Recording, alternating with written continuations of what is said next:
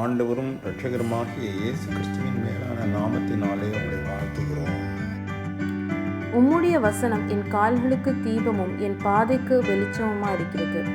சங்கீதம் 119 அதிகாரம் வசனம் 105. கர்த்தருடைய வசனம் வல்லமையானது, மகத்துவமானது.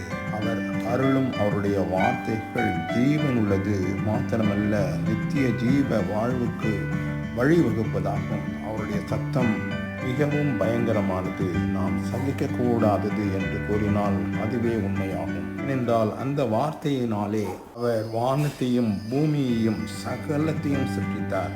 உலகமும் அதிலுள்ள யாவையும் உண்டாக்கியது அவருடைய வார்த்தை தான். அவருடைய வார்த்தையே எப்பொழுதும் நமக்கு வாழ்வளிப்பதாகும். உலகமும் அதில் உள்ள யாவையும் மனிதர்கள் அனைவரையும் இதுவரை நடத்தி காப்பாற்றுவது அந்த வார்த்தையாகும். இப்பொழுதும் காப்பாற்றுவது அதே வசனமாகும்.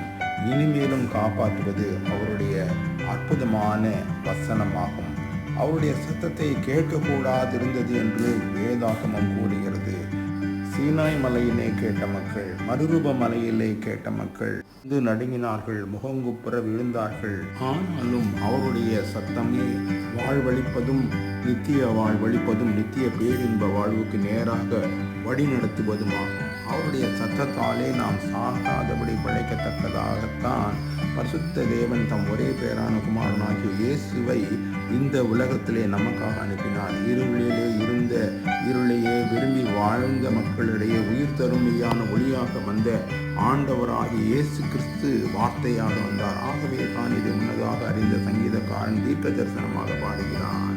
தாலும் அதன் இருளாக இருக்கும் வாழ்க்கை பாதையிலே இடறி விழுந்து சாகாதபடி என் கால்களுக்கு ஒரே ஒளி தரும் தீபம் அவருடைய வசனமே. அதிலும் இருளினூடே நடந்து செல்லும் அந்த இடுக்கமான வழி, நெருக்கமான ஒற்றையடி போன்ற பாதைக்கான ஒரே வெளிச்சமும் அவர் வசனமே. அத்தகைய மேன்மையான வசனத்துக்கும் நமக்கும் என்ன உறவை ஏற்படுத்திக் கொள்வோமா?